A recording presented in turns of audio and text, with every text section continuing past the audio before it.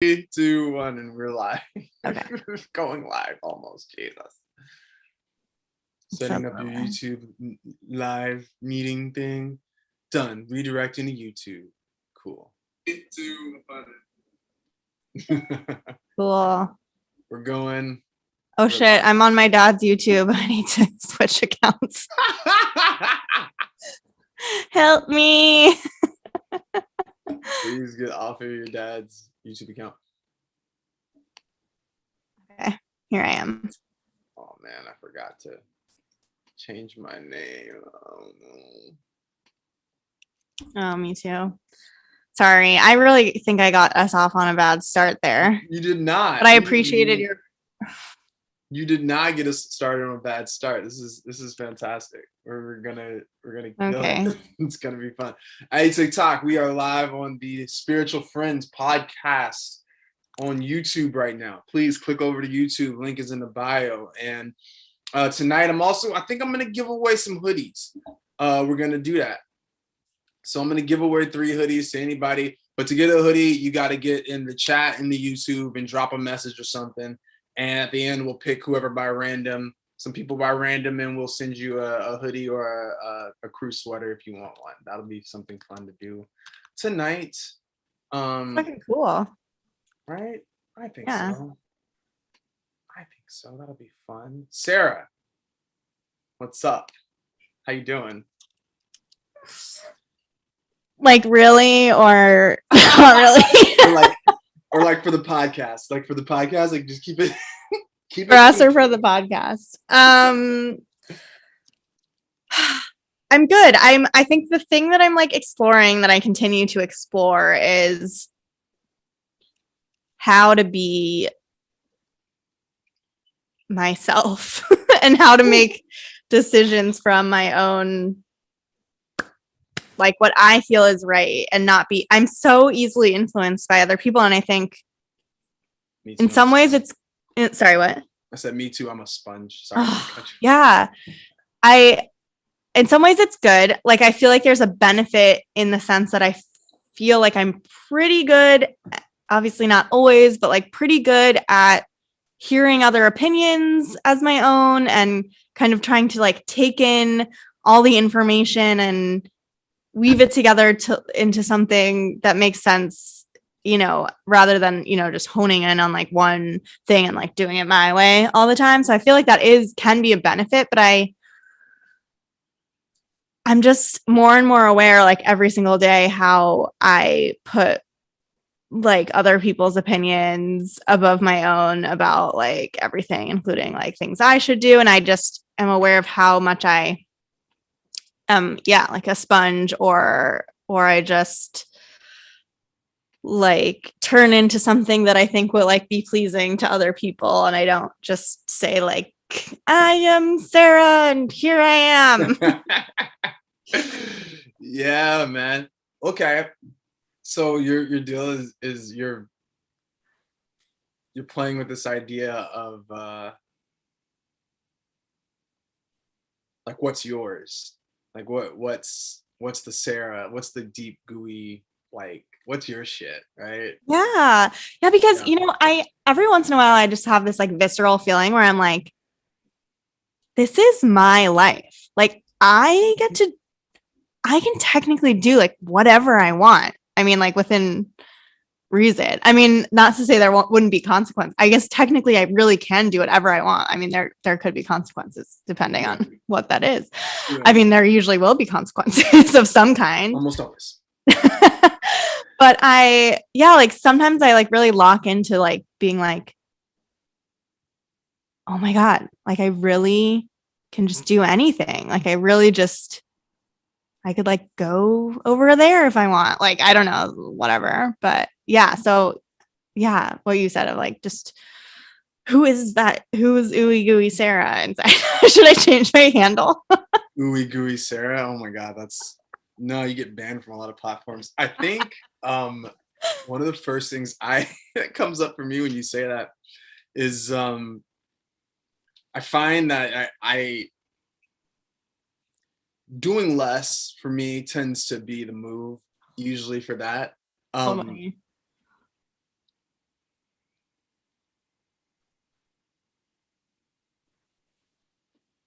think a lot of the time,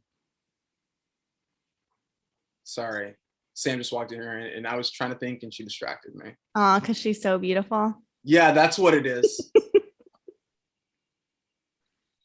For me, a lot of the time, man, it comes down to not doing so fucking much. And I think a lot of it, like,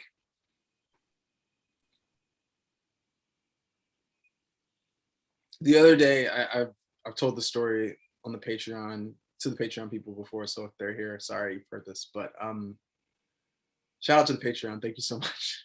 The other day I got some feedback from a mentor of mine over a project that I had done that I sent over to her, and it wasn't the feedback that I thought it was going to be. Right, I created this sort of expectation in my mind, and at the time I didn't notice that. I was just like, oh shit, like this sucks, like it's not the thing, and I kind of spiraled out of control a little bit, or was about to, and sort of in that moment, I asked myself, okay, like what was I expecting to get from this, right? Like what did I think she was going to do for me? And in that moment, it allowed me the space to go, oh, I was like looking for validation. I thought that it was going to be this and whatever, and I was kind of seeking that externally. And in that moment, when I noticed that, it kind of realigned me with myself, right? I noticed that I wasn't the person who was seeking validation isn't who I am. And noticing that, I showed up. Like I spontaneously just kind of emerged because I was like, I'm not that. And a lot of the time for me, energetically, it feels like a rubber band snapping back to you. Like your energy is, you put your energy kind of out there. Totally. Like, and you're like, oh, like, what do you think? What do you think? And then finally, and usually for me, I feel like this comes on in the form of like, when we've stretched it too far, usually for me it comes up, or it's the snapback can sometimes be facilitated by depression or anxiety.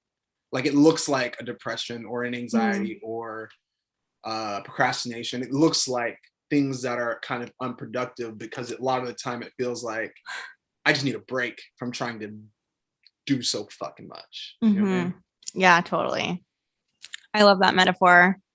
Snapping back. I also like one of the things that I've noticed is the way that I like sort of project that need for validation, because, you know, if I really just take an objective look at my life, like some people are really supportive of me and some people aren't. And I tend to like put more attention on the people that aren't and be like, how do I make them support me? Like, how do I make them validate me? And how can I change myself so that they, you know, understand me or something like that, you know? And then I'll like get mad at them, and then I'll like have this whole dynamic like relationship really like in my head about, you know, them. Yeah. But then I just, you know, every once in a while I'll be like, but I have all of these other people who are supporting me. So like, why wouldn't I just accept that these people like are right or like have some validity in their support for me? Yeah. And just live my life with like friends that are nice. Like why do I insist on bringing everyone along? Yeah. And I think it kind of reflects like how okay I am with myself, you know, if am I like when I'm needing like the validation of other people and not getting it, that to me is like a reflection that I'm not validating myself. Like I'm so focused on how wrong I might be versus accepting like, yeah, I'm living my life the way that I'm living it, and that is fine, and I'm down, and like some people are also down with that. Yeah. Oh my God, so many things just came up when you were saying all that. I love that. Kind of not letting your focus be stuck on like this is what's wrong with me, like the wrongness of it can be super useful. Today I was exploring noticing that you are the only cause. So I feel like a lot of the time when we are kind of doing that, when I'm seeking that sort of validation or whatever, I feel like, okay, let's back up, right? The mind in sort of a state of materialism is kind of when we are sort of misidentified or over-identified with and as our material existence, a lot of the time, the tendency, I feel like, is to look towards specific sort of causal factors, like a bottom domino in the external world, right? I got to understand the why. And when we're externally focused, that why is always going to lie in other people, other things, other whatever. And it's a bone for your brain to chew on.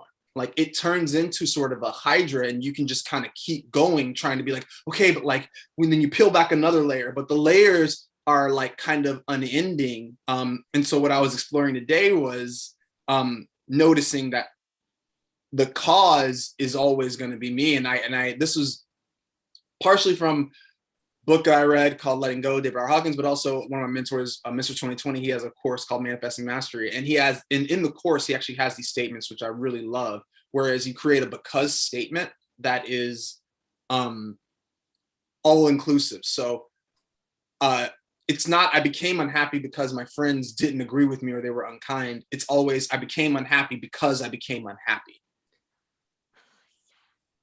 And I love that. That's a closed loop of just, it's all about you. There's no space for the shenanigans or the bullshit. It's just, I became angry, not because they did this thing and I can point to that and now I can blame them and shame them and I can feel blame and shame for all the times that I fucking used to do that shit. I became angry because I became angry. I love that.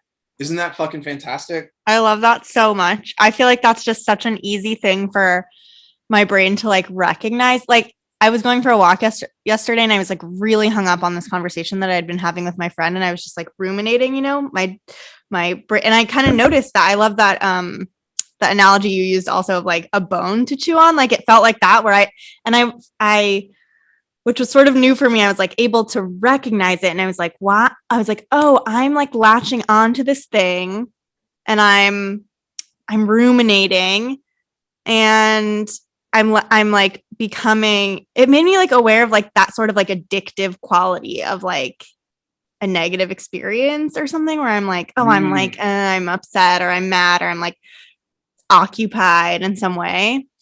And I was like, this literally doesn't matter. Like, why am I even thinking about this? You know, but it's like that thing. It's like, I love that analogy of like chewing on a bone because it's like, what is a bone? Like chewing on a bone is nothing. Like it's not eating. There's not nutrients. It's just literally for the act of chewing. It's like a perfect analogy. That's funny. And I love your teacher's like, yeah, closing loop of just, I'm angry because I'm angry. Right.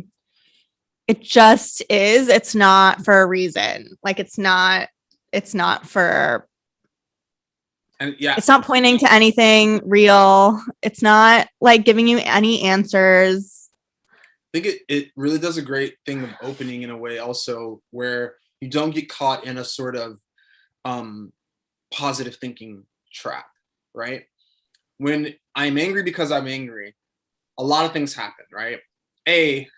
You're noticing, okay, I've identified with an emotion. I've identified with the anger. I think that's whatever.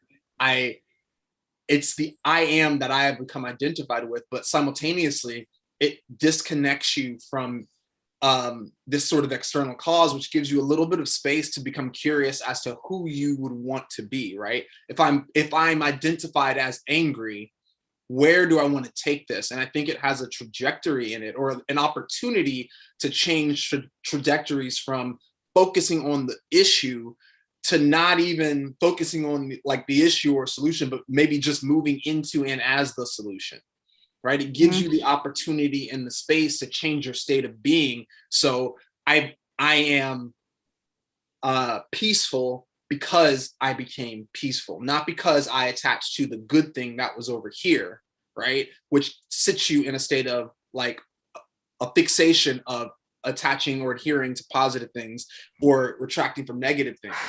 I became peaceful because I became peaceful, right? And I think that gives you a lot of space. Like makes me want to cry. I don't know why. But I feel like it's just like, yeah, I mean, it's like such a good reminder. And I feel like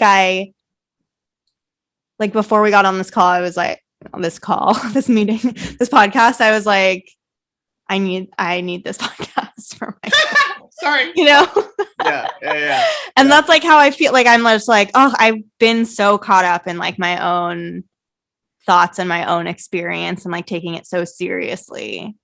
And this is like such a reminder, just like it's not it's not serious. It just it is what it is because it became what it is.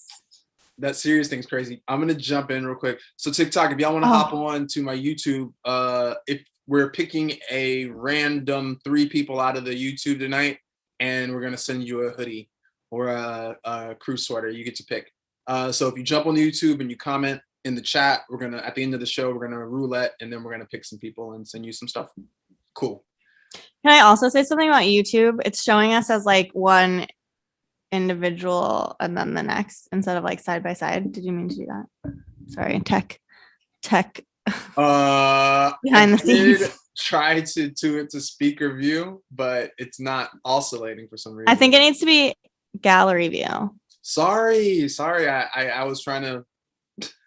Or I don't know. Did you do it on purpose? I just know in the past it's been like us side by side. So I just. Yeah, no, I do like it more side by side. I think in my head it's easier for me to focus when it's just your head. So I forgot that we're being broadcast on YouTube. So I was like, oh, it's way easier to focus if I can just see her. It is like have. I know what you mean because sometimes I have to like look at myself. It's distracting because I have a screen down here and I also have TikTok going, so it's like I got double screens in you. It's a lot. I want everyone on this podcast who's listening to know David is doing a lot. He does a lot of like logistics and like juggling management of like all of the things. Bare minimum. Like every time it's like TikTok, YouTube, Instagram, Twitch. We're not on Twitch, by the way, but we did do Twitch one time, so I'm just including that to make it more dramatic. Somebody said in my TikTok, drop your pin. I'm trying to take you out. You're trying to take me out? Like I'm trying to live, man. I got stuff to do. I'm getting married next year. What does that mean? Drop your pen. I'm trying to take you out. Drop a pin like your pin. Pin. P-I-N. I'm sorry. Did I say pen? Look, wait, I'm from yeah. I was just about to ask you like how you say like a few words. My friend. I had like a friend from Baton Rouge and she would say like umbrella instead of umbrella. Is that how you say it? Umbrella? No, you say it like I do. Okay. And then I had a friend who says drawer, like a drawer. She says draw. Drawer. I just say drawer. Oh, wait. Also, here's a good one from the South. So maybe you say it like this. All right. Oil. Do you say like oil or do you say like oil? Oil. I know some people who say "oh" though. Like, they're like bowl the water. Sorry, this is off track, but just like a fun little intermission after our little tech break. These are important things. And so the important thing about boiling your water in spirituality, I'm gonna make it go. Let's get into our shit this week. Yeah, let's get into it. So this week. We were gonna do it last week because I felt like it would have been way more topical, but I still feel like it's pretty topical. It's the Lil Nas X video, "Call Me by Your Name." We thought that would be something fun to get into. Specifically, Sarah has been telling me for a minute she's like been trying to talk about Christianity on the podcast. So I was like, all right, like fine. I'm only not hesitant, but we just hadn't because I do have a Sunday service, which is TikTok live every Sunday where I pretty much just talk about Christianity. So if y'all have seen those, I should just join that instead of making you like repeat it to me on the podcast. No, it's all good. This will just get me in more trouble. So the "Call Me by Your Name" video. First, what were your thoughts, initial impressions?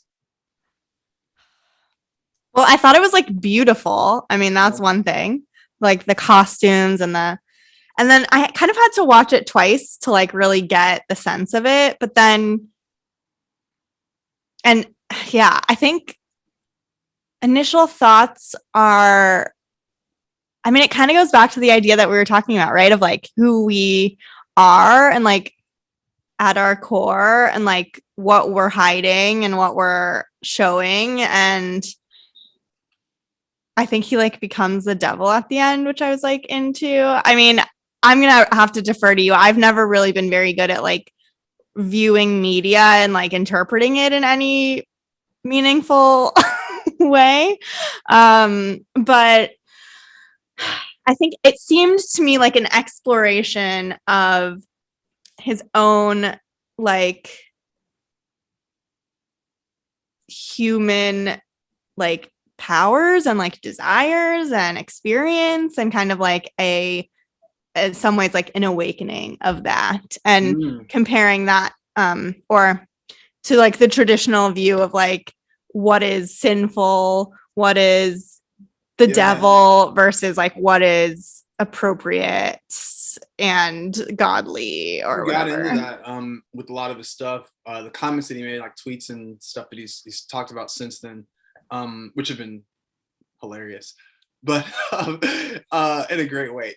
But one of the things he was talking about, I was like, yeah, man, people like Christians have been telling him his whole like life. He grew up being ashamed of being gay because, you know, he was told he was gonna go to hell and all this shit. And, you know, I think I don't even have an opinion about it per se. I just think, I don't know, man, it's art. I think it just kind of lives as it does. I think he did what he did. But from that, I think it creates for what I do, a space for a really meaningful conversation about the nature of exoteric Christianity and religion. Like, I think that because one of the big things was, I don't know, well, I didn't tell you, but like he also dropped these shoes by Nike, and they had like a 666 on them, and it turned into this extra like storm. They were like, you know, celebrities being like, yo, tweeting them, you got to draw the line somewhere or some shit like that. Like, you can't, not going to be rocking with you. And I mean, like, not to mention all the parents, I forgot, it definitely felt like one of those Miley size swings to like be like, I'm an adult now, kids. Cause the freaking other song was so huge. What was it? You don't know the other Lil Nas X song? I don't know any like pop culture anything. Let me look it up. No, don't look it up. You don't want me to? Okay, no, birthday Satan shoes. Old Town Road. It's in my head. I don't know why I couldn't think of that. Old Town Road. He had this country-ish trap song. It was fire. Billy Ray Cyrus got in a remix. And it was huge, and it like broke all these records. Like, it's not something that I should ever have forgotten. That's really embarrassing. But essentially, the parents were kind of mad about it. But I do like that it created space for a talk about exoteric Christianity. And first thing that I want to talk about is that whole 666 deal. Can you define? Are you saying exoteric Christianity? I am. So most religions have exoteric branches that are sort of outward facing, and esoteric branches. Okay. So Christian mysticism would be the esoteric underside of that. And, you know, there's literally all of them have whatever kind of, they worship the same idea of a deity, but one is sort of more outward facing than the other. And so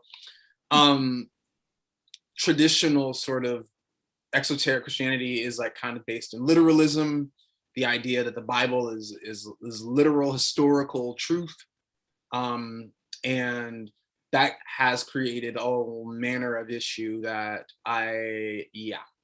So personally, when you look at the Bible, the first thing that you notice when it's in line, and we place it in line with any other spiritual text or doctrine, one of the first things you notice is that like it's 100% like symbolism. Like it's fully like symbolic, and all of the stuff is based in sort of or as a mystic would communicate, right? And through symbol. Mm-hmm. And so that's one of the first things you notice when you step back from the sort of dogmatic ideas of the shit that everybody kind of gets down with. And when you do it that way, a lot of things become really, really clear, and a lot of things become really, really, they start to make sense. Because right now, like as it is, like historically, the Bible doesn't make any fucking sense, right? it's really, really confusing for people. They're like, oh, like he was going to kill his son and blah, blah, blah, blah. But it's Christian mystic Neville Goddard likes to talk about how it's not literal history, it's spiritual history. It's truthfully sort of the story of consciousness, your consciousness going from a state of literally incarnation, like coming through creation, incarnation, traveling your entire existence, landing at this point where you've kind of tried to best yourself so much and you've done all the outside things, and then you die to that version of yourself. And then Christ comes, which is sort of after the state of John the Baptist. Christ comes, and in that Christ consciousness, still there's the state after that, which is the kingdom of heaven. And all of these things are kind of our natural story. And when you understand the Bible to be that, it sheds all kinds of glorious light on all that stuff. Mine, go ahead. No, I'm gonna cry again. I just like it so I was just gonna say, I don't want to, because I know people get really tied up. There are historical elements that are woven into the Bible. I don't want to knock that. Like, of course, there are historical parts of it. Like, you know, certain things actually happened. They can prove some of these things like that. But when you have like an oral tradition, which most of them were before they were written down like this, a lot of the time, a lot of these stories get interwoven. But the reason that they're all sort of repeated across many cultures, right? They're like 16 Christs that have identical stories to that, which is the story of consciousness, is because they're perennial stories, right? They're the stories of the nature of isness. And so Christian mystic Neville Goddard talks about this a lot, and I'll probably say his name a few more times, but he talks about this concept of the Bible being the story of the technique of prayer, and how to symbolically telling you how to use prayer to create essentially the reality that you want, which is just simply would look like in other traditions, non-attachment and creation, right? I'm not attached because I am identified with the I am, or as I am, right? So God's name is I am that I am in the Bible, Yahweh. The I am is our underlying state of being. That is that open state of awareness. And he talks about how the Bible is the story of prayer, which is changing your internal state of being internally so that your objective external state of being changes, which is when we get to all the miracles and the crazy things that everybody's doing, you know, Jericho and, you know, saving all these people, the ark, all of it is changing your state and, you know, affecting the world. So that's kind of a general backstory on that. Is that for the external thing or the internal thing, right? Elements of it. Yeah, I'm obsessed. I spent a lot of time studying that. I love that. I mean, I just love it. You know, something that I will just say this very quickly. One thing that I've been really aware of lately is like I keep having these moments where I'm like very conscious of like the fractal sort of like nature of everything, and how I just keep having these like images where I'm just like me, like almost like the kind of like the what's called the flower of life, like where it's like me coming out, coming back in, coming out, coming back in, coming out, coming back in. And how like everything is just like a little miniature version of like everything else, or like a big version, like it's like just like macro, micro, like everything is the same.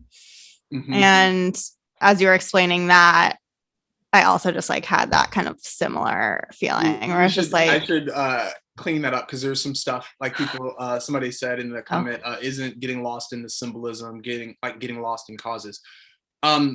Well, the symbolism points you to the cause, which is you, right? The symbolism is a means for a lot of things. A great example that I love, that I read in this book, Tantra Illuminated, which I thought is fantastic. It's the book I sent you. I was like, this is the shit right here. I bought it. It's fire. And like one of the things that it talks about is how these mystics used story, because your entire existence is created from the stories you've told yourself about what things are. So they use the element of a meta narrative, a narrative rap that's essentially transmitted both externally and internally through symbolism in order to rewrite the old narratives that you have with the narrative that's in alignment with consciousness or the I am state. And so all the symbolism is pointing you back in the direction of you as the cause of everything. I am the way, or rather, sitting in the state of awareness of I am is the way. I am is the truth. I am is the life. No man comes to the Father except through I am, or me, which is Jesus's name is I am. Jod He Vav He Shin Ayin. Yeshua. Yod He Vav He Shin Ayin. So it's a literal map to you. I'm the cause. And so the Bible is chock-a-block full of like the realest. Oh, Wes, you logged off, bro. You're gonna have to get back on and you got to go in reverse, my guy. I just dropped the bars for you. I just did it for you. He the one who asked the question. He said he accidentally got logged off. I don't know what to tell you, dog. Oh my God, that's so funny. But yeah, so when you understand that, or at least, and look, I'm not gonna profess to like I didn't know every single piece of symbolism throughout the Bible. In general, the nature of my personal awakening is one where all spiritual systems make sense to me because they resonate with the ground of reality. So they all look identical to me in some degree. And so, yeah, I've done research into various parts of it, some mystic stuff, stories that I read from other people, some from my own intuition. But in general, most of it's the same shit. So Lil Nas X. Okay, so 666, that was what you wanted to start with. Yeah, first off, like, we got to understand, like, once again, the nature of the revelation in the Bible is like full on. If we look at the Old Testament and even most of the New Testament, they're all essentially, think of everything in the Bible as being a sort of a tier. I hate that it's a tier system because it's not, but everything has process. So if we look at a tier system, the way that the people kind of put it together, they have their own reasons, but they may have stumbled on this by mistake, or it might have been purposeful. But it essentially takes you through a highly exoteric existence. Having these moments of realization. This is what you have in your life, right? Like in your life, you grow up and you think when you're a child, I'm 2 years old, me and that. That's what it is. And that's the only things that exist, right? Every now and then you'll have these moments of illumination when you're like, oh, I just am. But by and large, you'll retract back into that, right? Into that bondage. That's the Old Testament, right? We're constantly waking up to a state of like, oh, I don't need other people to tell me who to be. And I'm back in bondage. Which is like the whole reason I like quit Judaism. Like, no offense. I think like some mystical whatever. I don't know that much about Judaism, but the Judaism that I was getting was like exactly that. And I was just like, I don't understand why we keep doing this. No comment. But I will say like a lot of it's kind of that state, but it's reflective of our states of consciousness leading into the sort of New Testament where we are met with like John the Baptist, right? John the Baptist is kind of indicative, and there's this really great lecture by Neville Goddard called The State of John the Baptist, but he talks about how this state of being is like, all right, now we're on and popping. That's when we've had our sort of spiritual awakening process, right? We've kind of begun our Shakti pot, whatever, and we are like thinking that we got to do yoga, and I got to go. And he was an ascetic. I almost said aesthetic. He's an ascetic, and he lives in the woods. He eats honey. He has hair grown out and shit. He's just a weirdo. He's that guy who thinks he has to do all this stuff. And we become that person in consciousness. You've been there. We've all been there, where you think that the more ritual things that I do, whatever. But just like in the Old Testament, all those rituals eventually devolved into meaninglessness. right? They weren't connected to anything internally. So he sort of is the crystallization of that sort of exoteric belief system. But then he says, there will come one who is greater than I, Jesus Christ.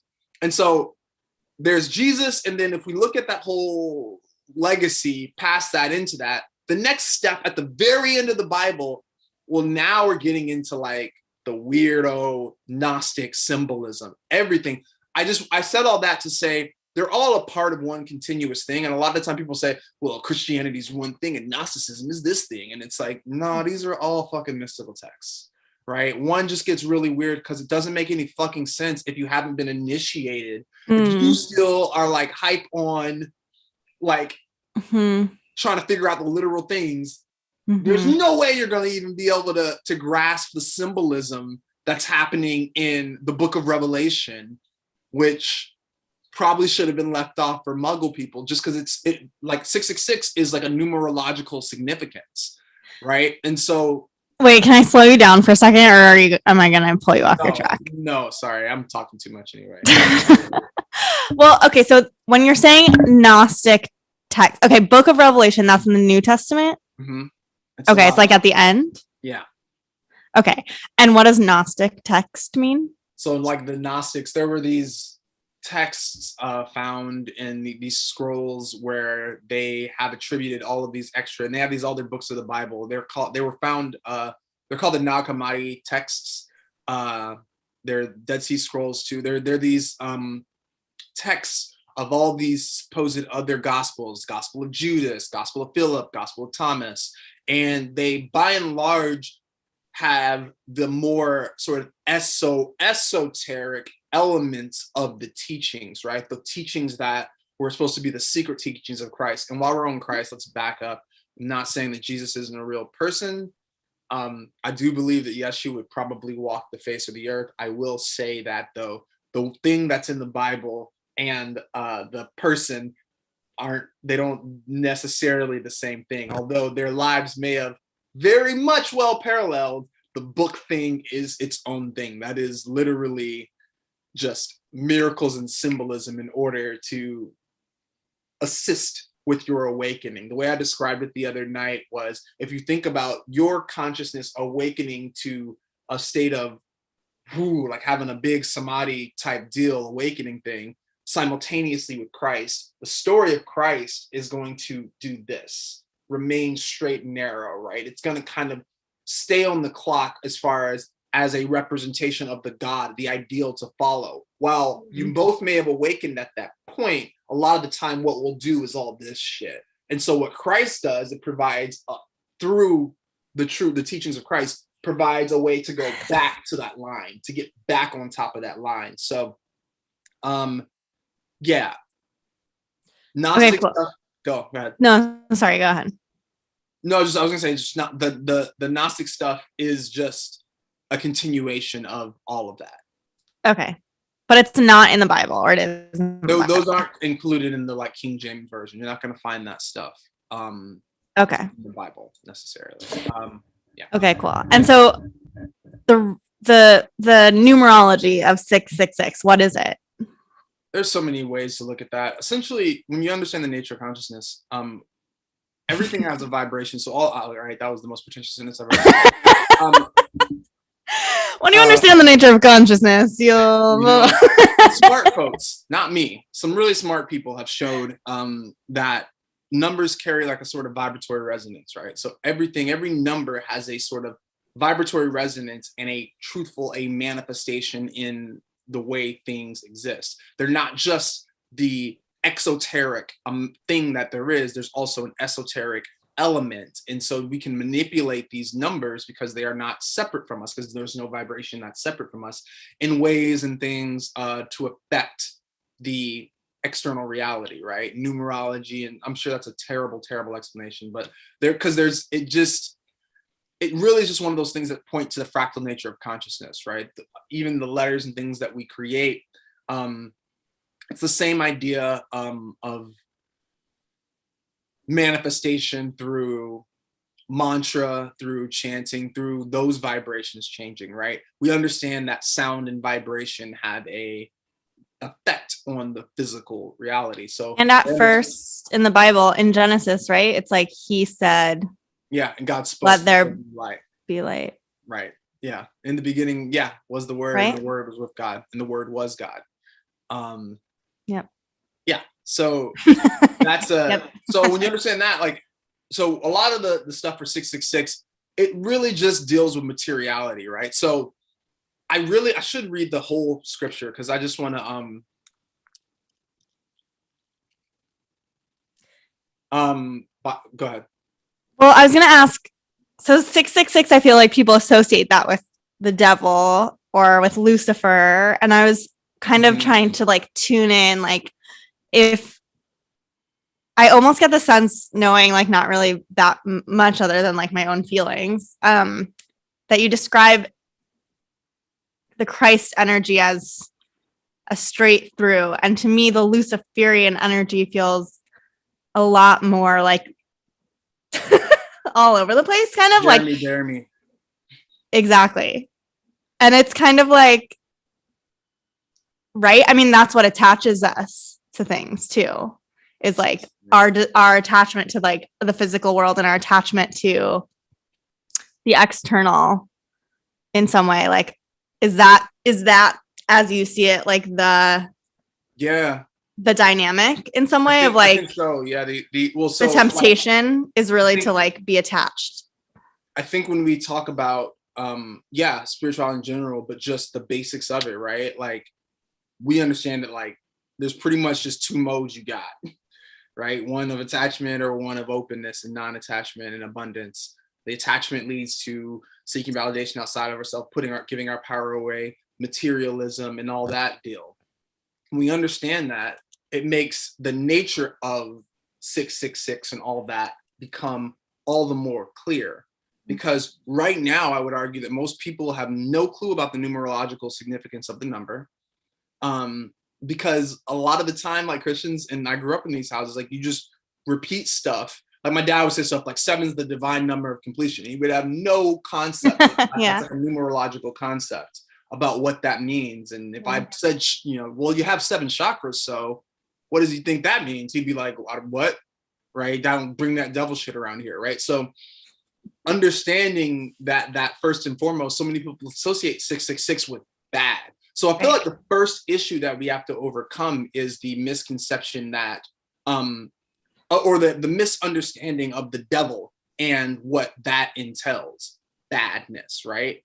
And so I've done a lot of work on my TikTok and stuff, but I love to talk about the fact that I fully think that the devil or hell is also just a state of consciousness in which we are moving from a state of materialistic fixation, misidentification with our external environment. And when you think about that, that is the nature of the hell that everybody exists in.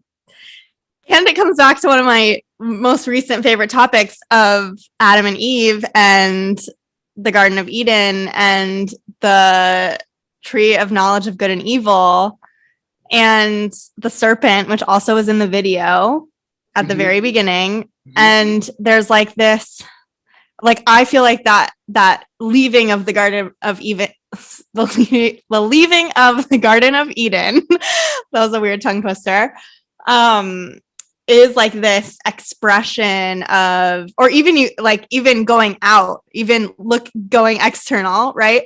And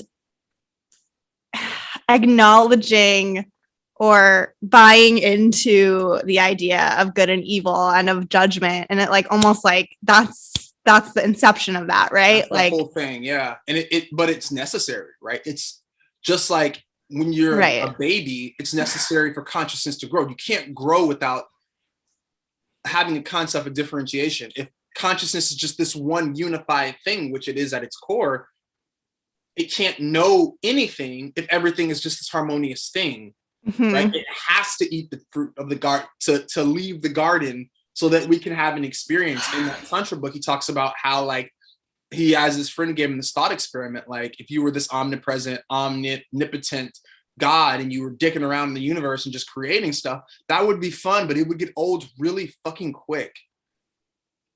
right? Yeah. It would get old mad quick. And he's like, imagine there's a machine that just gets placed in there that says, hey, you can press this button, but if you press it, you'll get sucked into a dream world, much like this one, but you won't remember any of this shit. Yeah. You won't remember that you're like a god. You won't remember any of this stuff.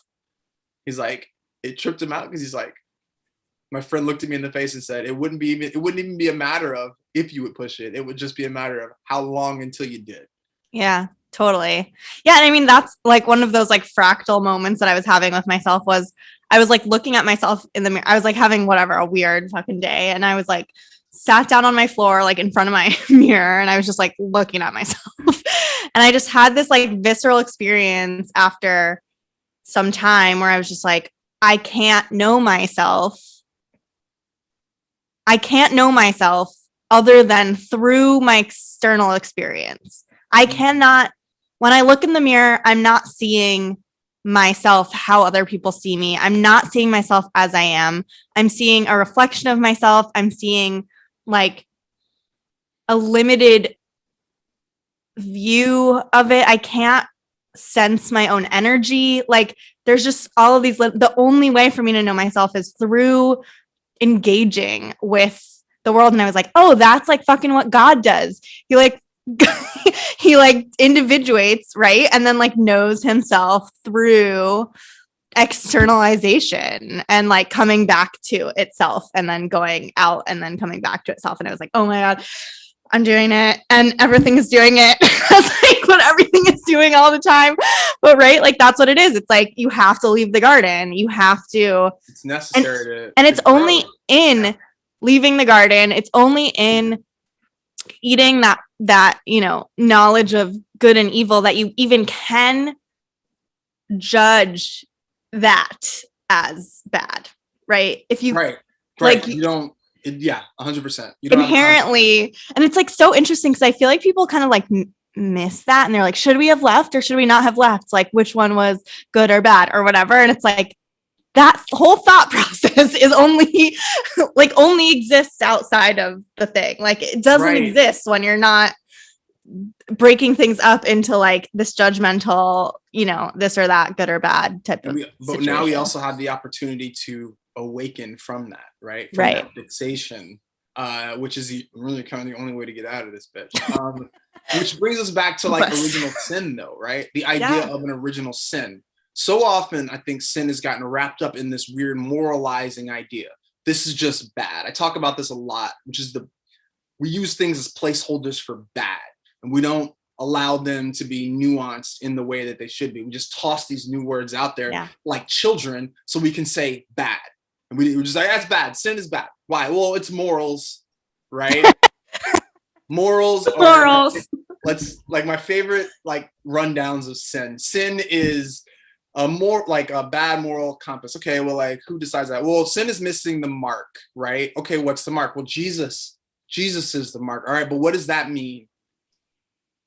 Well, it means that Jesus was perfect. Okay, but what does that mean? What is perfect? What does that mean to you?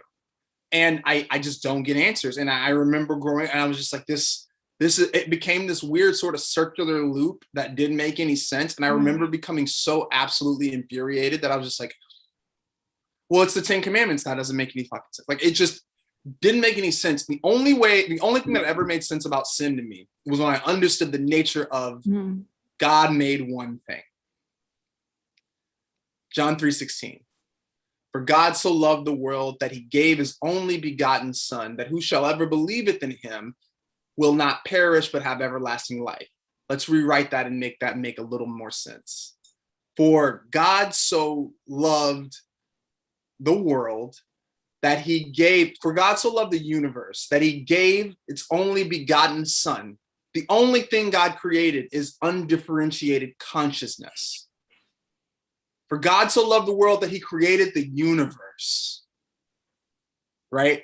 That whosoever believeth or know themselves as that, right, believeth in him, shall not perish, but have everlasting life. Perish, materialistic fixation, right? I'm stuck in the material shit, but have everlasting life. I am eternal. How in the world could I ever die? So fucking into this. Right? It's the whole thing. Yeah. And so like, and through knowing that, I go, okay, well, let's get curious about what sin could be. Holy shit. The only other thing it could be is this, once again, the misidentification with the flesh, with the material fixation, which will include your thoughts, your emotions, your external circumstances, right? When we misidentify with those things, it creates a separation. When we are in a state of separation, we must get from outside of us to make us whole. It will never, ever be enough. When we only know ourselves as separate entities. And mind you, one of the Christians' favorite things is, oh, hell is separation from God, which is exactly what we're talking about right here. When I'm in that state of separation, I am in a state of lack where I need to get from outside of me to make me whole. And when I do that, when I'm solely dependent on the externals, I incur sin. Because I don't know myself to be abundant, I think that the only thing that I can change is my external circumstance in order to give me what I need. I'm in a state of fear, and thus, when my externals don't align the way I want them to, I go to blame because I'm identified with the external. You made me angry. Why am I angry? Because this thing externally is not going the way that I think it should, and if it doesn't go the way that, if it doesn't eventually change, then I will die, and I will be in a state, I will die. Right? Like and that is right. If I don't have enough food, if my external circumstances don't change, I won't get enough food. When I get this food, I better just eat as much as I can. Gluttony. Right? The thing is, it's a constant state of desire externally for all these things. But the problem with the external environment is that it is limited. It will never be enough food. It will never be enough anger. It will never be enough lust. You'll never have enough of it. And so they are not, people don't fuck with them, right? They are bad because they are bottomless pits of desire and lack. And it's the reason for all of your problems. I identify with a thought. I misidentify as a thought. Puts me in a state of lack. I need my thoughts to be coherent in things. Instead of identifying as the awareness, the I am, and watching that thought. And so if I need my thoughts to align a certain way, I'm in a state of lack. They're googly loop, insane. It will never align, and I will always be in a state of suffering. But Christ comes. Jesus says, will I come that you will have life and have it more abundantly? Moving into a state of abundance. In order to change, I identify with the I am and the Christ consciousness, which Christ has. So God and Christ's names, respectively, are literally the codes of the universe. I am that I am, right? It's Yod He Vav He, and then Jesus is Yod He Vav Shin Ayin. It starts the same, it doesn't end the same. The part that I think is the most important to notice is the ayin in Jesus's name. They always talk about Jesus saves. So the ayin it means tooth or just to consume. Something is being, a state of beingness is being consumed in the fire of the ayin in Jesus's name, right? Power in the name of Jesus. It's being consumed. So think about it like realistically.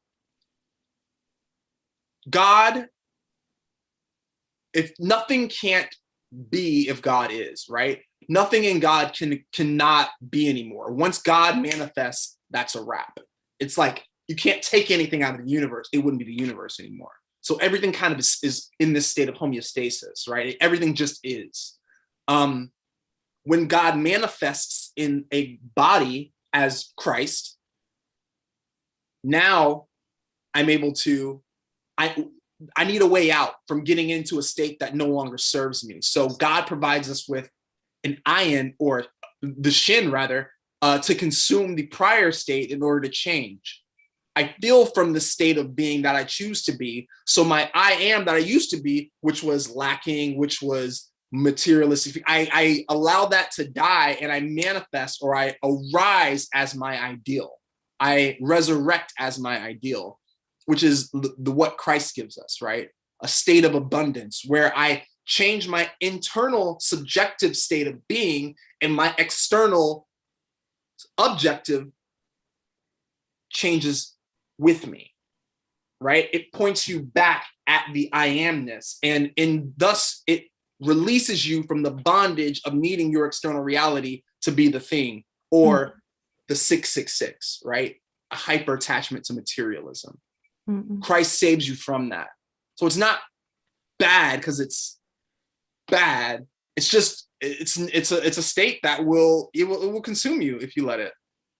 Wow, that was a really long explanation, and I loved that, and I love the description of sin and of the 7 deadly sins which you went through, and just that they're sort of bottomless pits of lack. One of my spiritual teachers, this like changed everything for me.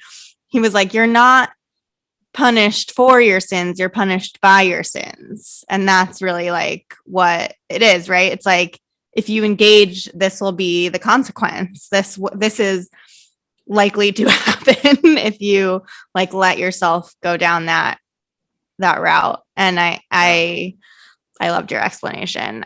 And I love this. I mean, like 666 also being attached to like Satan or Lucifer, or like this kind of karmic attachment to things, right? It's like,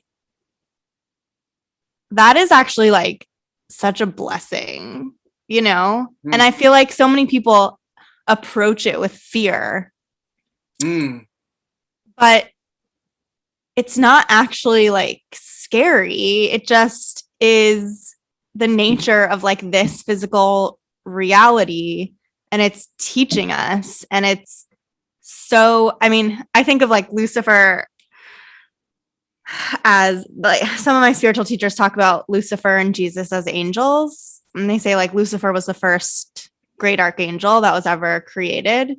And it's like, when I just like tune into that, it's like it could make me cry. Like, it's such a loving energy. I mean,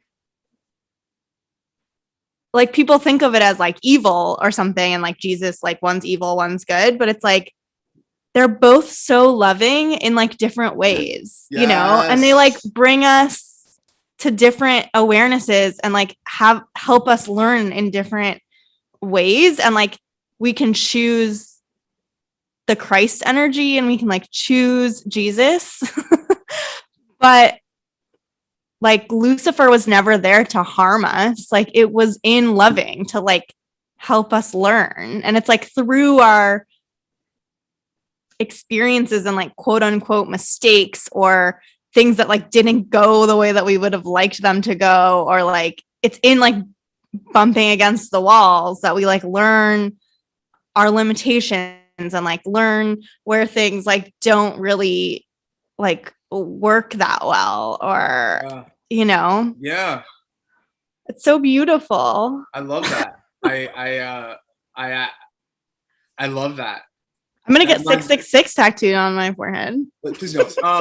I love that because like it reminds me of this. I'm reading the book that I sent you. They talk about that idea of like how a lot of tantra, like, or rather these sort of, there's this one school of tantra that talks about like how you move through these states of these 3 sort of states of being. How this one genius ties all the tantra schools together by this thing called the 3+1 thing.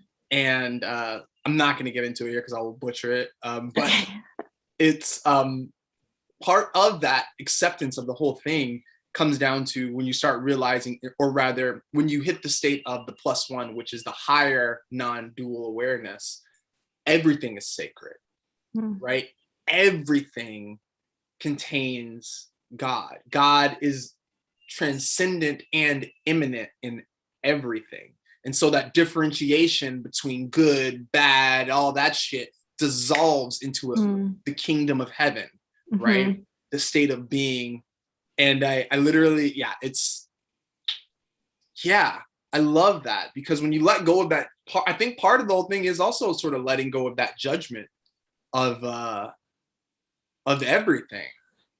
So I think we have this like almost inherent like sense of perfection, or like this inherent sense of goodness. And when things aren't like that, or when we don't act on it, it's like so easy to judge ourselves and hold, so much is like about forgiveness. And I think it's like we just hold on to like the things that we did wrong, or like the things that someone else did to wrong us. And it's just like hard to come to terms with just the fact that like it's just a messy place. Like I feel like we're just like in a messy place. Like that's just what it is.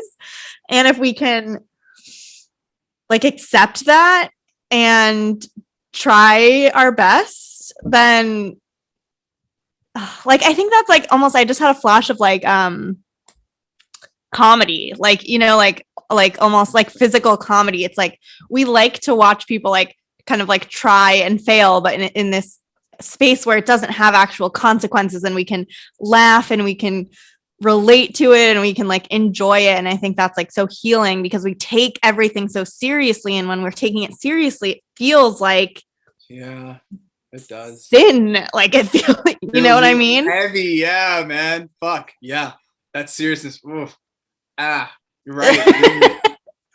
Get it out here. Just like it's messy. Somebody else thinks like, let's just we don't let each other be messy. Look, we gotta also keep it a buck, guys. Like, for polite society to happen, there has to be a certain degree of decorum. We gotta do our best here. And I think we gotta acknowledge that. But in some ways, I think it requires some grief. Like I feel like I sometimes feel this like grief of like that it's not a perfect heaven place, or like that things don't just go the way that I always want them to, or like, but they never do though. That's just right. It. Like if I ask you to get up, I want you to imagine right now getting up and going to the kitchen. Okay. Imagine it in your mind. Get up, going to the kitchen and grab a glass of water. Okay. Right? If you imagine that.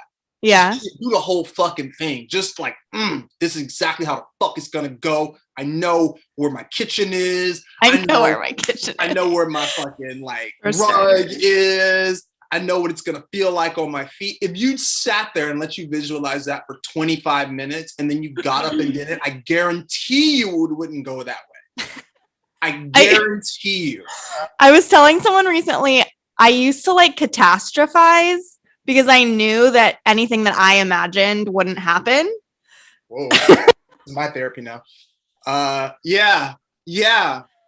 I would like do it on purpose because I realized like anytime I imagine that anything is going to happen, like it never does. So I would like try to use it to my advantage. Literally, as G said, the name of our book has to be Nothing's Ever Gone Your Way and It Never Fucking Will. Never will, dude. And that when you realize that, it's like, wait a second. Even the good shit. Yeah. When you crush a show, like say we're doing like improv, you do it, somebody's like, yo, you crushed that show, you were great. It's never how you thought that was gonna feel. Before the show, you're like, oh, it'd be really great if somebody told me it was awesome. And they tell you, and they're like, oh yeah, I don't like this isn't the way I imagined it. Like, even the good shit, nothing goes your way. That's why I think meditation is so important. That said directly into the mic. I think meditation is huge because it demands you begin to get curious about that and stop rushing to identify with that stuff. Right? The state of meditation is one of liberation, where you can be fully engaged in the world while still, wow, bars. One of my favorite Bible verses is, to be in the world and not of the world. I'm in the world, I'm engaging, I'm getting it done, but the world doesn't get to dictate who I'm being. Meditation. Y'all aren't meditating. We don't. Just kidding. Find some sort of a meditation. I think it's really, really useful. Whatever that looks like for you. Yeah. Sorry, we should take some questions. Any questions, comments, things? So good. Sorry. It's okay. Thoughts? What do you have? Sorry, I know y'all. For anybody listening, I do not usually talk this much on the podcast. This was just, I care very deeply about this subject. I think this is like one of my favorite conversations that we've had. I'm consistently like not surprised, but like I don't know what the word is, touched, a mix between like touched and surprised by like how like true the Bible is. Like yes, one of my spiritual teachers, he just says the kingdom of heaven is at hand, and every time he says it, I'm just like, oh my god. Like every single time, it's like the simplest phrase. I say it to myself, but it just gets me every time. It's like the truest thing that I always forget. The kingdom of heaven is within you. Luke 17:21, right? Like that's the bar. That's the whole fucking thing. Yeah. I think that's like when the second you sit in that, just for a second, you go, whoa. That's the people who wrote the Bible were geniuses among geniuses. Like they would have been the cream of the crop of the cream of the crop of the cream of the crop. Like the stuff is just otherworldly when you get into even, it's almost kind of too good in a way, because unless you're sort of initiated, you're gonna have to kind of, I can see how it would be confusing to someone who's not in the know. When I was reading about these tantra schools, I was really interested in how, like, before you could even deal with the guru, it's required for you to have sort of an awakening, like a Shaktipat. Like it's kind of a prerequisite, and you sit with the guru in some of these schools, and they'd be like, so what's up? And they'd ascertain whether or not you were ready to even get the teachings. Like none of that happens for Christianity. It was just kind of widely disseminated to a bunch of largely illiterate people who had to depend on people with their own misinterpretations and agendas to tell them what it meant. And largely, a lot of our culture hasn't stretched beyond that state. And it makes people really uncomfortable, because a lot of people are living their lives based on something that they know they don't understand. And that's one of the things that I think is really challenging for me in the work that I do, because I'm like, I know, look, I sat in that, I'm from that world. I know you don't know what it means, because I definitely didn't know what it meant, right? Yeah. I definitely was just kind of blissfully ignorant and just kind of swept under the rug parts that didn't make sense and tried to justify things with circular logic that was easily ripped apart by common sense. It's okay. But I think giving people to kind of find that in their own time and be okay with that is really interesting. Somebody asked the question, what's my opinion on telepathy and its validity? Interesting. We are all one we're one thing. Of course, telepathy is a thing. Like obviously. Okay, someone send me a message. Right? Like it's a thing, but it's not. I think we get this idea. We always do this sort of mystical like separation in our minds. Like telepathy is this weird thing out there because it's not explored through our new daddy god science yet well enough. And so I think a lot of the time stuff like that gets confused. But truthfully, when you understand it from a very sort of basic level of understanding of the ground of awareness, it's not, I mean, it just is. Obviously, like we have particles that are so entangled that if you move one here and there's another one in Germany, it moves simultaneously faster than the speed of light. Telepathy is probably a thing. One of my spiritual teachers, talks about how he tunes into like other people's energy, and he talks about how we have the illusion of space, which is the illusion that we're separated. And so he says, he like says it like it's so easy. When I go beyond the illusion of space, then we're in the oneness together, and it's not, then that separation doesn't exist, and he can just tune in really easily. And I guess it's like, it's interesting because I feel like telepathy, when I think about it in terms of like sharing thoughts. So I'll be like, I'm thinking a sentence and I like send it to you or whatever. But I think and maybe some people can do that. I find at times when I have thought the same sentence as someone else, it happens without me trying to do it. It just kind of happens, and we'll be like, oh my God, I was just thinking that, or something like that, which I feel like we've all experienced to some degree. But I think there is, kind of taking the like specific words or sentence out of it, I think we can like tune into each other's energies and kind of get messages or images or like however that kind of shows up to for you, feelings. And if we're kind of including that in telepathy, I think one of my favorite ways to do it or to practice it is to like do it with like a tree or something that's like something in nature where you just like kind of tune into that trees, you know, and just kind of like listen. And I like always get messages back. Like I feel like they're always like, if I listen, I'm gonna get or ask a question, like I'll get something. Like they'll tell me something usually like profound or like nice. So I think that's a good way to like kind of practice kind of like moving out of our own energy and kind of like tuning into other people's energies. So I don't know if that's exactly what you were kind of asking or if that you had like a specific idea of like what telepathy means, but I think there's different ways to. I fuck with that. I feel like, yeah, separation seems like an illusion to me. It just seems like, obviously we understand that like we're all just kind of floating in consciousness, like as consciousness. It's like, yeah, it's not, it's so, yeah. Yeah. There are ways, I'm not going to get into any esoteric weird shit. Okay. Because that's just not, it's not the move. And also I think, here's the thing. Somebody asked a really good question.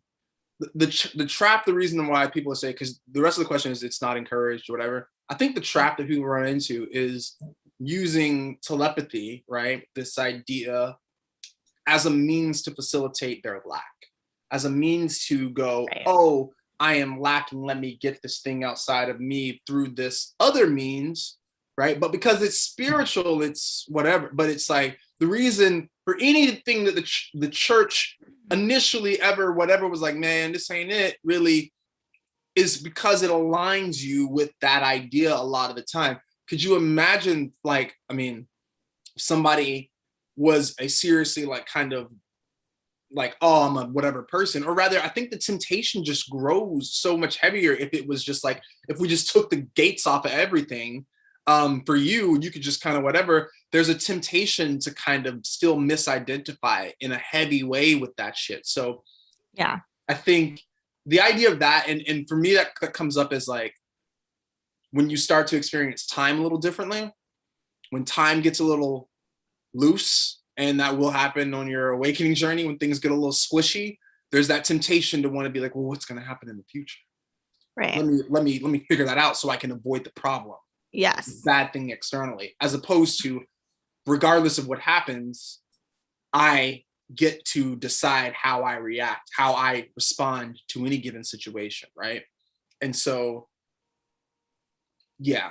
I love what you're saying. Yeah, I'm really glad that you brought that up. I think these kind of spiritual tricks, whether or not they're real and you can do them really well, can always become a trap. So it can always be, oh, I'm an amazing healer. And what does that mean? Yeah. About me? It can always be, oh, I have this special ability to see the future. I have this special ability because I'm clairvoyant or clairaudient, and I can, you know, do all this like cool stuff, you know, with other people, and I can perform all these magic tricks. That can be like a real phenomenon and a real experience, and it can be a trap just the same way as it can be a trap to want to be famous or want to get a lot of money or want to be the most popular person on social media. Like all of these things can be traps, and those aren't no different. Right. Yeah. And are you using it kind of like, I think you touched on this too, like are you using it as a like a proof that you're spiritual, or are you using it as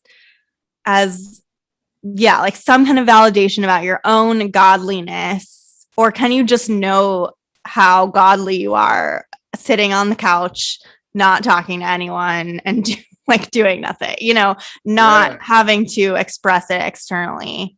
So I think it can be a trap in like different types of ways, but not to say like don't develop the skill if you have it. I mean, nobody's knocking Yeah. It's just I love what you said, the awareness that everything has the opportunity to take over your thing, right? I don't think there's Yeah. anything wrong with it, with any of it. Like, what's the verse? It's not what goes in men's mouths that is bad. It's what comes out of them that's bad, right?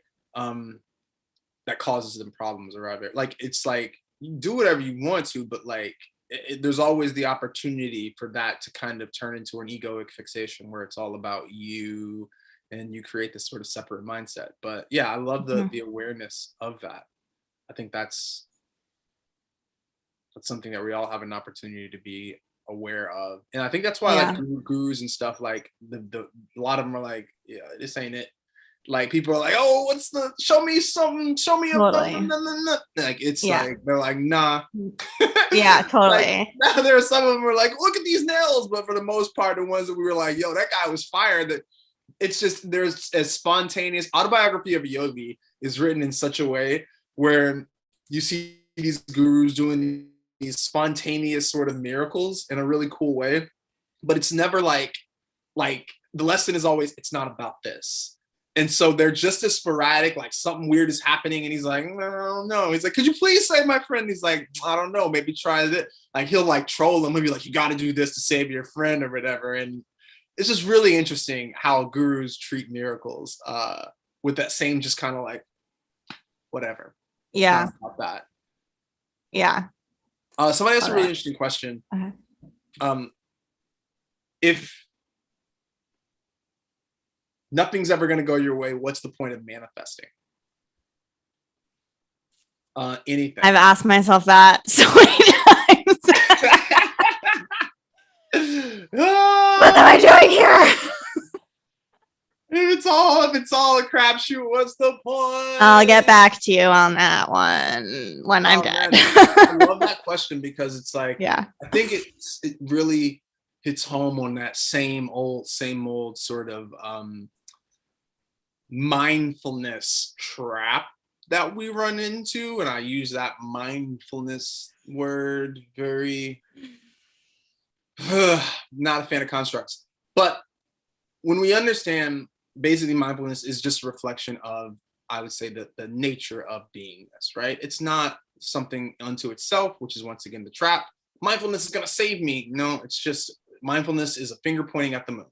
The moon is your undifferentiated wholeness, consciousness, right? That's who you are. However we get there, right? Be it mindfulness, Buddhism, Tantra, Christian, however the fuck it comes is how it comes. But, you know, looking into a glass, whatever. And so I think when we understand that, it's not about just being disconnected from what's happening. There's two elements to this, right? The sort of feminine and masculine, Shiva Shakti. There's two sides to this. It's not just identifying with your highest self, with your undifferentiated self, that is not being run by the external things that are going crazy, that never go your way. But it's also knowing that in order to change anything or whatever, what first needs to change is myself. Now, to take it a step further into the idea of a manifestation, you've hit on the nature of faith fully, which is, you got to let go of the how. The how is what trips us up. What manifests as your reality is your state of being, who you are internally identified with or as. Your I amness is what manifests as your reality. I'm rich, I'm poor, I'm an actor, I'm loving, I'm caring, I'm angry, I'm whatever. That is what happens in your external reality. When we change our state of being, the externals match that. Now, that's what we call manifestation.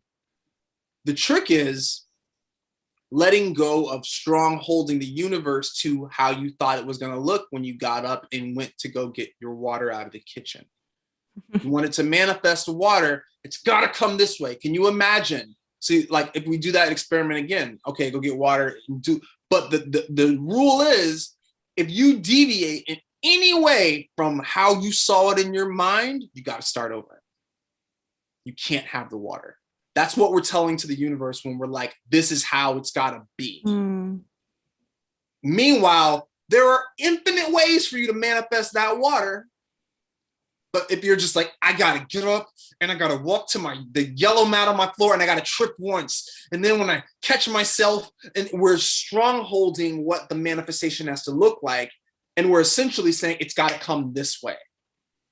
As opposed to being open and curious, moving from the state of I am a person who drinks water, and however that manifests is however that manifests. Mm-hmm. Yeah. That was so good. Yeah, that's such a good like description and explanation. And I will say this is something that I feel like I've struggled with a lot over the past like 10 years because I've just been in this constant kind of like, like I want these things, but it's not happening kind of situation. Mm-hmm. But what I do know, first of all, is that most of the things that I've really, really enjoyed about my life are not things that I planned. In fact, a lot of them are not things that I even wanted to do. And they ended up being the best times of my life, you know? And then the other thing that I know is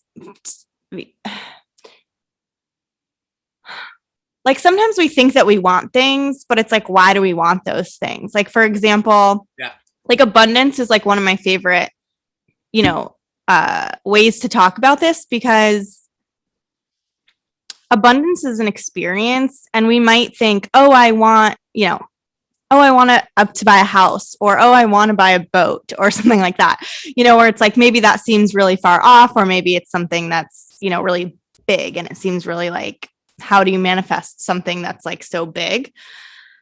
But if you really want to know why, or if you say, I really want like $1 million, it's like, well, why do you want $1 million? You don't actually want $1 million. You like want whatever you're going to buy with that $1 million, or whatever experiences you're going to have. And so then to like really get to that of like, what is it that you really want to experience? And usually it's like happiness, comfort, love, like it's connection. And it's like, those things are actually pretty present all the time. Not to say that like when you're living in poverty and like you don't have your needs met, like there's stuff in there that I don't have experience with and can't really speak on. But I have been in situations where I'm really afraid of like not having money, or I'm just kind of like in this state of lack. And what always has helped me when I feel that way is to like notice the abundance that's around me all the time. And that could be in my relationships. It could be in the fact that the sun is shining. It could be just noticing plants and the way that plants have everything they need, like in their environment. Or there's like so many reflections to us. Kids fucking do this. Yeah. Yeah. In our lives, when you have a kid, kids have to be told that like, this is shitty. This is a shitty situation. I mean, obviously they're hungry, they're frustrated, whatever, but like, they're just hungry, right? They get told that, I mean, they may be in pain, but initially they're just fucking hungry. They're just having the experience, but they're not putting anything on it. Right. It's just like this fucking, I don't want to be hungry, but it's not like this whole fucking, like we put it into this massive thing. And like to a large degree, I remember like you learn a lot of that stuff from people. Yeah, totally. This is bad. And when you're, you know, taking sort of that example, like one of the things that I've thought of, as it relates to abundance is like, maybe you're thinking, I don't have enough food for groceries, but then someone invites you to dinner, or like, there's all these different ways that things can manifest, and it might not look the way that you want, but and also like to make sure to include the things that don't look the way that you want. Meaning like someone might be like, I'm so, you know, I don't have enough money and I'm living paycheck to paycheck and like blah, blah, all these things. But meanwhile, maybe they are being invited over to dinner, but they're not counting that. Right. So it's like to include the things that are actually, and to be grateful and appreciative for the things that you do have. I think that's like the most, I know this question wasn't like, how do you manifest stuff? But I feel like appreciating the things that you do have in like sort of the category that you're like feeling lack is a really helpful way to just shift your own like inner perspective. And then it's like, who knows what's going to happen? Well, then it naturally manifests, right? If I want $1 million to be peaceful or whatever the fuck it is. Like I want money so I can be peaceful. If I notice the peace in my life will reflect that peace. And maybe that will be a part of it. Maybe it won't, whatever. Something one of my mentors says in this class, I fucking love. It's like, people are like, oh, I want $1 million. He's like, well, nobody ever says I want to manifest making $1 million. Wouldn't you? No one's like, I want to do the work that would get me. Right? Like I want to manifest making $1 million. A lot of people say, I just want $1 million. I want to win the lottery. I want to win the lottery. It's like, how much more fulfilling would it be to manifest making $1 million, affecting 1 million lives? You know what I'm saying? Like, how different is that than just trying to get the thing? I just thought that was interesting, but I totally letting go of the how, and it's got to come this way, and being open to all of it. Yeah, it is so hard sometimes. I will say that. What if it wasn't?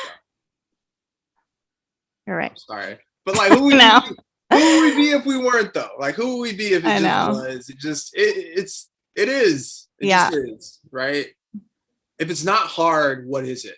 Is a great question to ask, right? That is a great question. I need to like write that down somewhere. If it's not hard, what is it? It's just steps. Okay, well, shit. I guess it would mean that what would that look like to me? Oh, it would mean I'd have to be careful in this aspect of my life, right? It points you in the direction immediately of stuff. You're like, all right, well, maybe these things can change. Mm-hmm.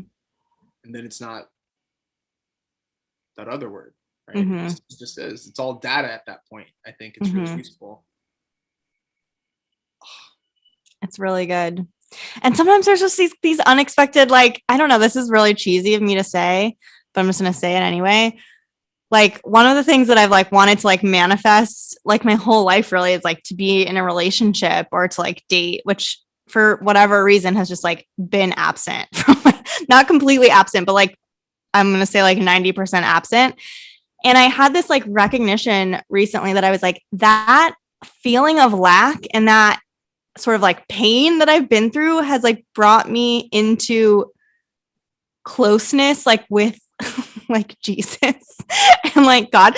Like I had like kind of a funny thing where I was like, am I a nun? Like, because my friends used to like call me, okay, I'm Jewish, right? But my friends in high school used to call me a nun as like a joke because I was a virgin and I like wasn't dating anyone. And then I like had this awareness, which is also like one of these things where I was just like, am I just creating things? Like, anyway, it threw me into like a weird space, but I was like, I sort of like have become a nun, like in a way. Like I'm just like, I love God and I like love Jesus and I like don't have a relationship. That's like part of me is just like, I could just marry Jesus. But it's like when I want to experience like the love that I want to experience in a relationship, like I have access. Yeah, obviously I don't have that physical element and I would like an actual physical like human partner, but in the meantime, like the love of God and like Jesus is like not that bad. It's all right. It's close. It's up there.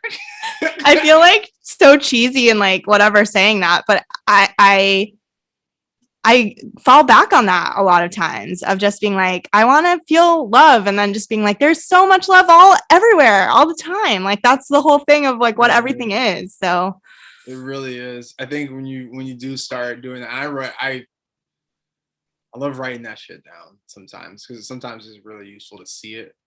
Like, how, and I love it in the context of how is it already in your life? Yeah. As opposed to gratitude. I think gratitude trips people up. I know when I hear like be grateful, like my brain explodes. I'm like, what the fuck does that mean? I mean, I guess I'm grateful obviously I'm grateful for all of it. But I love the directness of like, how is your life already peaceful? In what ways is your life already peaceful? Yeah. So powerful. Okay. Now I'm clear. Now I'm like, okay. Oh, that, yeah. You immediately, it just forms the picture a little different in my head. Yeah. Yeah. All right. Okay. We got to pick. Well, we're right at an hour and a half. Man, we're fucking crushing this time thing. Oh, I don't know if we can resolve the little Nas X thing. I don't know if there's a resolution. We just asked some interesting questions. I don't think we're good. I don't know. I don't need to go back to that, right? I feel like we talked about it enough. Wait, what questions? The little Nas X thing, like that was our modern scripture this week. Oh yeah, and like we barely talked about it, but we talked a lot about Satan and like Yeah, we did. attachment. I know it's confusing. It gets. I apologize to anyone. I didn't consider having to create like an entire architecture of a way to understand what I was saying, but I realized that was necessary before we could get to any like. Yeah, I mean we can talk about it more next time if it comes up and seems relevant still. Yeah. Anyway, I feel like we could piece anything apart for hours and hours and hours. We really could. And so, but I will say that, like, yeah, I think as far as the Lil Nas X thing goes, personally, I think that I think it's dope that it's creating this conversation that Christians have to have with their long held beliefs about what the situation is and what all this shit is, right? If anything like leans into that discourse, because it's like that was one thing that never really sat really good with me. It was like I'll say sat good with me. I remember being in the 6th grade and the kids told me, like, if it wasn't for Martin, I was at it was my first year at a private Christian school. And this kid told me, if it wasn't for Martin Luther King, you couldn't be in school with me. And I remember being so mind blown by that and thinking that doesn't seem very Christian, doesn't seem in line with what little I know about this Bible thing. And I remember feeling the same way about like gay people, like when people would just be like in the Christian church, just like saying all this like really like hurtful, evil things about gay people. I'd be like, man, like that don't seem like what this guy was talking about. He's hanging out with everybody. Like, what are we doing? So I fucking love taking the imagery and being like, cool, you said I'm going to hell. All right, what's up?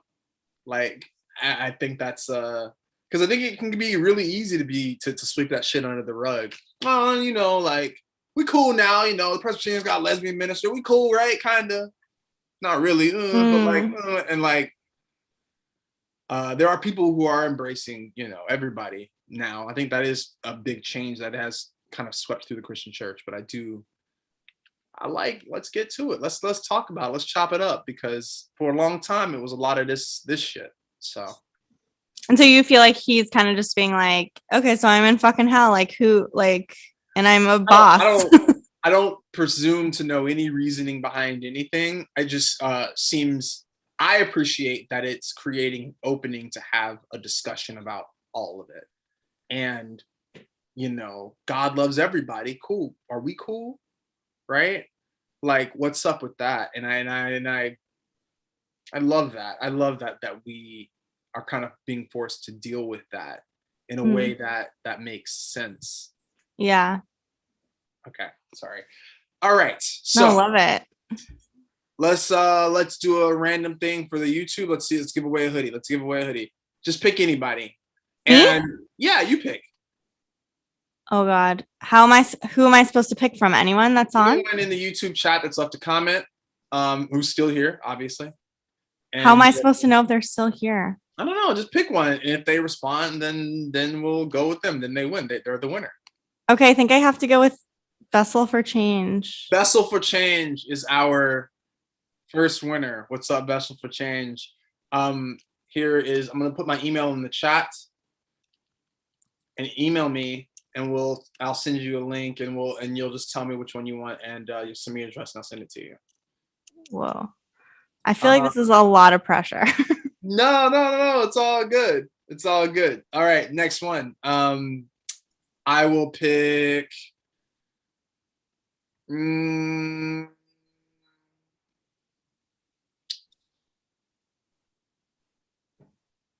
Sarah Alpha? Is Sarah Alpha still here?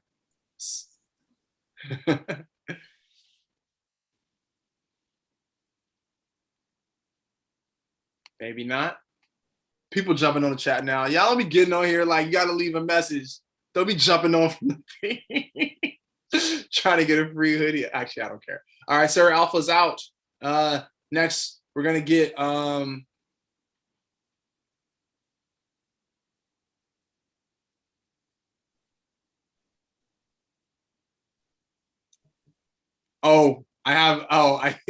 misspoke on something before we get to it. I said Sarah Alpha's here. Oh, Sarah Alpha is here. Okay, Sarah, email me. Hit me up in the email. I did misspeak earlier, and I did get a correction from my buddy. I said the iron meant tooth, but I got them mixed up. the shin is to consume the tooth. The in is the eye, means the eye. So that's as far as in the name of Jesus, Jody Value Shana. I just wanted to clear that up because I was on a roll and was not paying attention. But all right, so yeah, those are going to be our giveaways for the day. Hit me up and an email, and we'll get the sizes. I'll send you the link to the merch, and we'll send away. Cool, dope. Thanks for joining, everyone. This was awesome. Yeah, this one was fun, man. I apologize for any long-windedness, Sarah. I know that I wasn't trying to fucking just. Oh my god, no, I loved it. I just love the way that you like explain things and could listen to all day. And Deidre, we'll send Deidre a hoodie also. Cool. So I did say 3. So Deidre, you win also. Woohoo! Yeah, it's awesome. I needed this, and I feel filled with joy. Same, man. I'm always pleasantly surprised. I always have more fun in these when I stop trying to figure out how this is gonna go. I think before I'll get like in my head about like I want to, and it's just like, my way. Yeah. But it's gonna be dope. I know it's gonna be dope. I know we're gonna have fun. Mm-hmm. So it's the best. It's all good. All right. Good night, y'all. Thank y'all so much. For everybody on the Patreon, if you are a Patreon, I love you so much. Thank you so much for the help. You make this possible that I can sit here with Sarah on a Thursday night, just chatting about ridiculous shit. Y'all are fantastic. Have a wonderful